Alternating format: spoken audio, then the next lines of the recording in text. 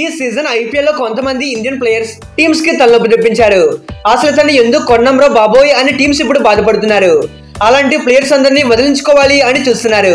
అయితే IPL 2026 option కి ప్రతి టీం నుండి రిలీజ్ అయ్యే ఇండియన్ ప్లేయర్ ఎవరున్నారో ఈ వీడియోలో తెలుసుకుందాం. నేను మీకోసం ప్రతిరోజు కొత్త కంటెంట్ తీసుకొస్తున్నాను. కానీ మన వ్యూవర్స్ లో చాలా మంది వీడియోస్ చూస్తున్నారు కానీ సబ్స్క్రైబ్ చేసుకోవట్లేదు. మీరు సబ్స్క్రైబ్ కొడితే అదే నాకు బిగ్ మోటివేషన్. మీరు సబ్స్క్రైబ్ చేసుకోకపోయినా నేను మీకు కంటెంట్ ఇస్తూనే ఉంటాను. ఇంకా లేట్ ఎందుకు వీడియో స్టార్ట్ చేసేద్దాం. Let's get started. Number 10 Gujarat Titans.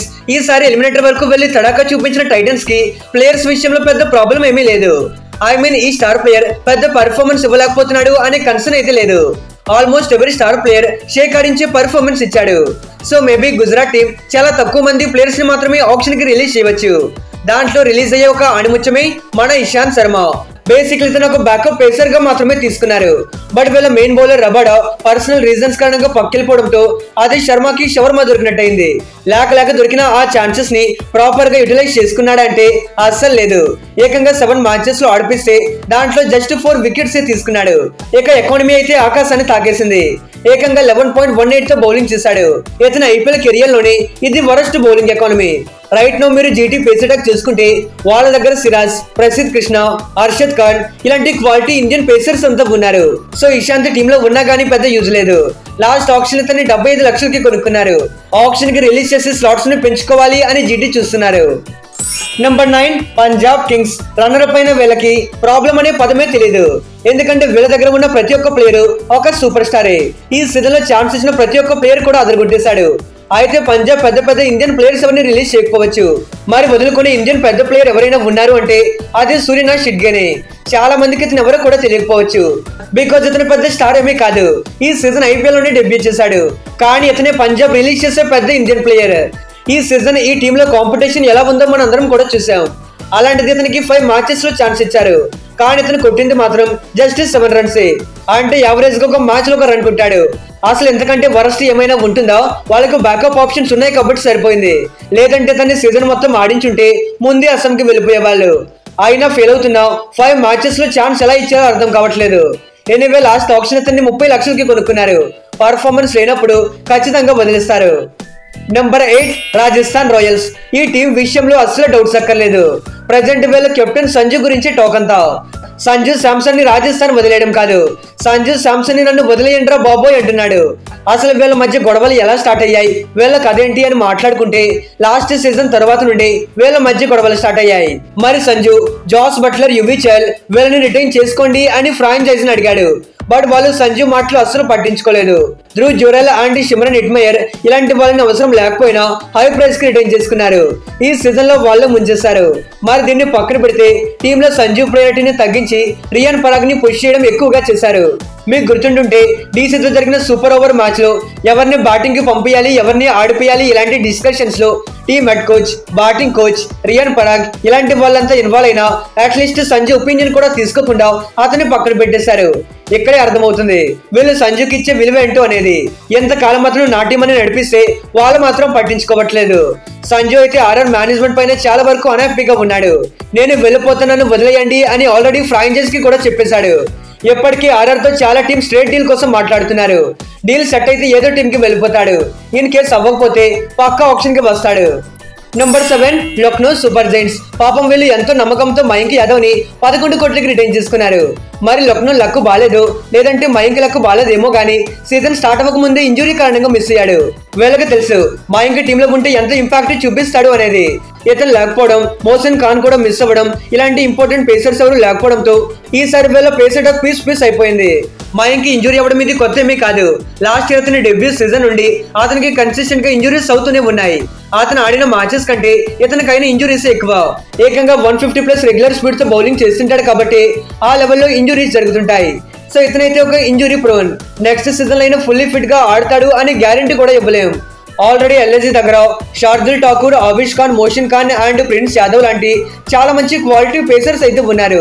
ఎంతమంది ఉండగా ఎల్ఎస్జీకి ఫాస్ట్ బౌలర్స్ విషయంలో ప్రాబ్లమే కనిపించట్లేదు. అలాంటప్పుడు మళ్ళీ తన్ని 11 కోట్లు పెట్టి రిటైన్ చేసుకోవాల్సిన అవసరం కూడా లేదు.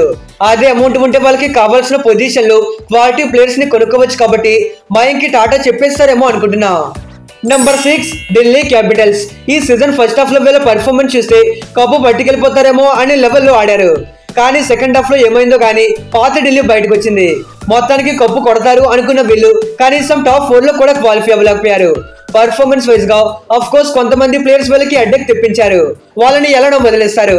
వాళ్ళతో పాటు లాస్ట్ ఆప్షన్ లో ఎన్నో ఎక్స్పెక్టేషన్స్ ఎంతో అమౌంట్ పెట్టి కొనుక్కున్నాం మన టీ నటరాజన్ కూడా వదిలేసే ఛాన్సెస్ ఉన్నాయి. లాస్ట్ ఆప్షన్ లో 10,75,00,000 యూజ్ అమౌంట్ కి కొనుక్కున్నాక ఢిల్లీకి ఇతను ఇంపార్టెంట్ బౌలర్ అవుతాడు అని అందరూ అనుకున్నారు. కానీ సీన్ మొత్తం రివర్స్ అయింది. తిప్పు కొడితే 4 మ్యాచెస్ లో కూడా ఆడిపించకుండా బెంచ్ పైన కూర్చోబెట్టారు.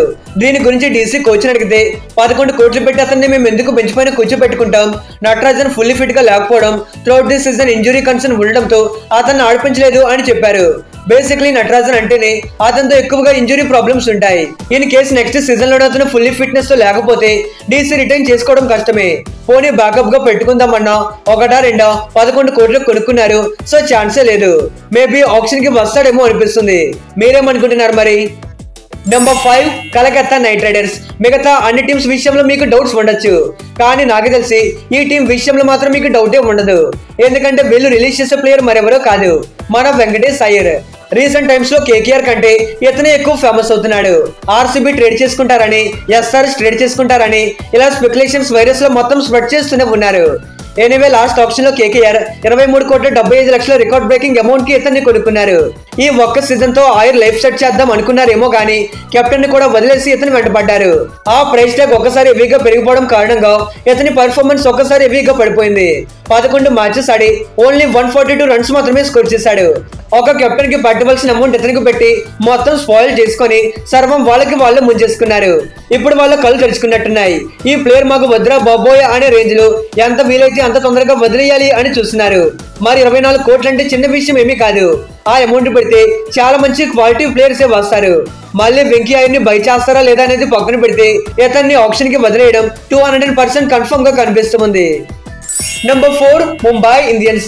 ఈసారి క్వాలిఫైర్ వరకు వెళ్ళి కుమ్మేసిన ముంబై ఇండియన్స్ టీమ్ లో ఆల్మోస్ట్ ప్రతి ఒక్క ప్లేయర్ కుమ్మేసి పర్ఫార్మెన్స్ ఇచ్చాడు. కానీ ఒకరు తప్ప, అతని మన దీపక్ చహర్. ఎల్లో జెర్సీ నుండి బ్లూ జెర్సీకి మారితే ఓ రేంజ్ లో ఫైర్ పుట్టిస్తాడు అనుకున్నారు. ఆ ఫైర్ రావడం ఏమో కానీ ఇతన్ని తీసుకున్న ముంబైకి మాత్రం హెడ్ ఎక్కే వచ్చింది. ఈ సీజన్ లో 14 మ్యాచెస్ ఆడిన చహర్ దాంట్లో ఓన్లీ 11 వికెట్స్ తీసుకున్నాడు. ఎస్పెషల్లీ విత్ న్యూ బాల్ ఇతని నుండి ముంబై ఎలాంటి kind of opening start expect చేశారో ఆ ఎక్స్పెక్టేషన్స్ లెవెల్ ని రీచ్ అవ్వలేకపోయాడు. మెయిన్లీ ఇతని injury concern. Last 3 to 4 seasons నుండి ఫుల్లీ ఫిట్నెస్ కోల్పోయాడు. దాని వల్లే 100% ఎఫర్ట్స్ పట్టలేకపోతున్నాడు. 100% ఫిట్నెస్ తో ఉండే చహర్ వేరు. మీకు గుర్తుంటుంటే 2018 to 2021 ఐపీఎల్ టైంలో చహర్ సునామీ చూపించాడు. అసలు పవర్ ప్లేలో అతని స్వింగ్ బౌలింగ్ తో బ్యాటర్స్ కి భయం పుట్టించాడు. మరి అలాంటిది ఇప్పుడు ఇంజురీస్ తో ఇబ్బంది పడుతున్నాడు. ఇతన్ని 9.75 CR కి కొనుక్కున్నారు. మరి ప్లేయర్ ప్రైస్ ఎక్కువ, దాని పర్ఫార్మెన్స్ తక్కువ. దట్టు రైట్ నౌ ఎంఐ దగ్గర ట్రెంట్ బోల్ట్, జస్ప్రీత్ బుమ్రా, హార్దిక్ పాండ్యా, అశ్విని ఇలాంటి ఎంతో మంది పవర్ ప్లే బౌలర్స్ ఉన్నప్పుడు నిజంగా వీళ్ళకి చహర్తో అవసరం ఉంటుందా చెప్పండి? డౌట్ అక్కర్లేదు, పక్కా ఆప్షన్ కి రిలీజ్ చేస్తారు. Number 3 Chennai super Kings. అసలు నెక్స్ట్ ఆప్షన్ కి సిఎస్కే నుండి ఎక్కువ మంది ఇండియన్ ప్లేయర్స్ రిలీజ్ అవ్వచ్చు. అంతమంది ఆణముచ్చారున్నారు. మరి దాంట్లో స్పెసిఫిక్ లో ఒక ప్లేయర్ కాంట్రవర్సీకి కేర్ ఆఫ్ అడ్రస్ గా మారాడు.